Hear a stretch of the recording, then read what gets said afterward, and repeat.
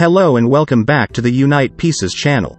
Today, we will enthusiastically recap a horror thriller titled Wrong Turn, the first in the series, which was released in 2003. The movie focuses on the gripping adventures of a group of teenagers, who get lost in the middle of the forest after their car crashes, and to make matters worse they are also terrorized by a group of cannibals. So, can they survive and get out of the forest? Well, let's get into Wrong Turn.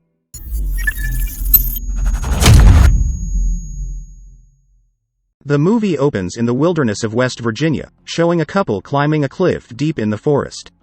The man gets to the top first while his girlfriend is still struggling to get up. However, having trouble finding her footing, she asks her boyfriend to pull her up, but there is no answer, until suddenly the man lies down and found out he had been killed. Then, the killer throws his down and starts pulling on the woman's harness. Quickly, she uses a knife to cut her harness, but she loses her balance and falls next to her dead boyfriend. The other killers immediately chase her, so the woman runs for her life. Fortunately, she manages to get close to her car, but she trips over the barbed wire, so the killer immediately pulls her and kills her. The scene moved and showed a man driving his car. Introduce him Chris. While on his way, he was stuck in traffic because an oil truck overturned. However, because he was in a hurry, he detoured and chose to find another way. He tried to call his colleagues to tell them that he would be late, but there was no answer. On the way, Chris saw a breakthrough and took a detour. He finally arrived at the nearest gas station. Chris wanted to use the payphone, but it was broken. Chris is looking for a way to get there quickly, so he looks at the map and finds a marked path leading to his destination. As he leaves, the owner of the gas station wishes him good luck on his journey, hinting at the possibility of misfortune. On the way, Chris comes to a fork in the road. He pauses and looks at the sign, which reads Bear Mountain Road. He hesitates for a moment, but finally decides to drive down the road. On the way, Chris crashes into a car in front of him, as he is not focused on driving. As Chris gets out of his car, Scott and Charlie approach him, to make sure that he is okay. Evan, meanwhile, starts scolding Chris for driving recklessly, and Francine asks him to pay for the damage he caused to her car. The group then explained that their car had a tire blowout, therefore the car stopped in the middle of the road. Then, Jessie told the group that she found barbed wire that punctured their tire. They then planned to find the nearest house, which might have a phone and could help them. Chris was also forced to go along because he also needed help. In a short conversation, Scott apologized to Chris for feeling bad after his friends treated him rudely. However, Chris claimed he didn't mind. The four of them left, while Evan and Francine stayed behind to guard the car. After a while of traveling, their group found a dead animal, but the circumstances were very strange. On the other hand, Evan and Francine had their intimate moment. After a long conversation, Francine got out of the car and asked Evan to take off his pants. Evan then kissed her and soon, they started making love. Meanwhile, Scott and Charlie daydream about their future as a couple. Scott then sees a fire beside the tree, which indicates that someone lit a fire not long ago. They called the mysterious person who might still be there, but there was no answer. They then left the place because they felt strange and suspicious. On the other hand, after making love, Evan and Francine began to rummage through the trunk of the car in search of a snack, but suddenly, a faint sound of a broken tree branch was heard from inside the forest, which made Evan curious, so he immediately went to check it out. However, Evan did not come back, so Francine decided to look for him because she was worried. A moment later, she saw Evan's shoes lying on the ground. After taking a few steps forward, Francine found Evan's earlobe on the ground. She began to get scared and walked backwards, but unknowingly she was heading to her death. At the same time, Scott, who was still absorbed in his own world, talked at length about their marriage and he was unknowingly lost in thought. The two then rushed forward to catch up with the waiting Chris. After a while they finally found a cabin in the middle of the forest. However, they felt strange after seeing several broken down cars surrounding the house. Chris knocked on the door but there was no answer. They then decided to enter the house. They searched the whole house to find a phone, but the house was nothing. Scott worriedly urged them to leave the place, because he suspected that the owner of this house was a member of a satanic cult, but they did not listen to Scott's paranoid talk. They then entered a room filled with strange items. Chris found a pot of boiling black liquid. He then entered another room and saw a generator that was working to cool the refrigerator. When Chris opened the refrigerator, he saw many jars containing human body parts. At the same time, Jesse found barbed wire exactly like the one that hit the tires of their car. They found a lot of human remains in the room. And when they were about to leave the terrible place, a pickup truck arrived there with their car behind it. They tried to get out of the back door, but it was locked. The mysterious people then entered the house, which turned out to be a group of psychopaths. Fortunately, Jesse and Scott hid under the bed. Then one of the mysterious people, who looked like a mutant, dropped Francine's body near the bed, so they could see her face that had been destroyed. In that horror, the mutant man then began to cut Francine, and this terrible scene was witnessed by the four of them. After some time, the mutants took a nap after a long day of killing. They then started to come out of the hideout. However, Charlie dropped the jug and made a noise. Fortunately, the mutants did not notice. They immediately moved away feeling nauseous because they could not bear to see the condition of Francine's body. They then walked to the exit. In the process, Chris held the door hinge so that it did not ring until it made his hand bleed, while the others went straight out. But after Chris let go, there was a noise that made one of the mutants wake up and see them leave. They started running up the mountain, and behind them, they saw the mutants leaving the house and preparing to hunt again. After a long walk, they finally arrived at an area filled with abandoned cars, and there were many bloodstains from the remains of the killings.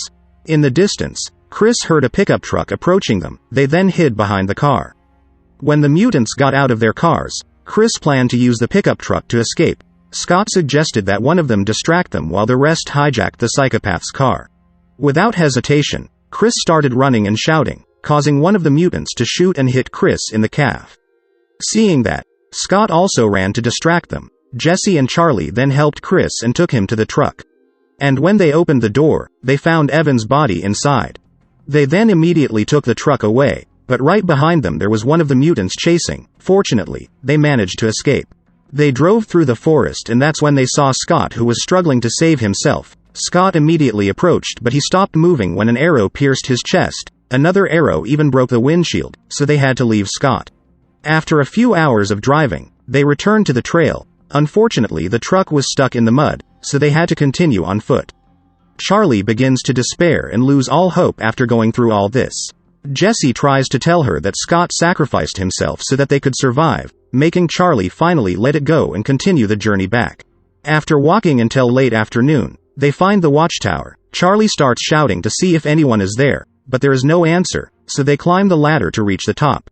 They get to the top just before sunset. Chris and Jesse start looking for help using the radio. Unfortunately, the radio does not reach the signal. Outside, the faint light from the torches signaled that the mutants were near.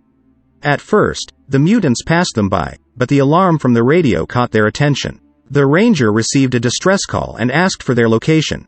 Jesse then gave them an overview of their location. The officer advised them to keep quiet because he would come to rescue them. In the meantime, the mutants started to climb up with the ladder, but Chris blocked the entrance. Suddenly, they stopped trying to get in and things went silent. As smoke billowed outside, they soon realized that the watchtower was on fire. They then broke the window and intended to do something crazy by jumping from the tower, because there was a chance of survival if they landed in the trees. One by one they then jumped, and they managed to land safely on the branches of the trees.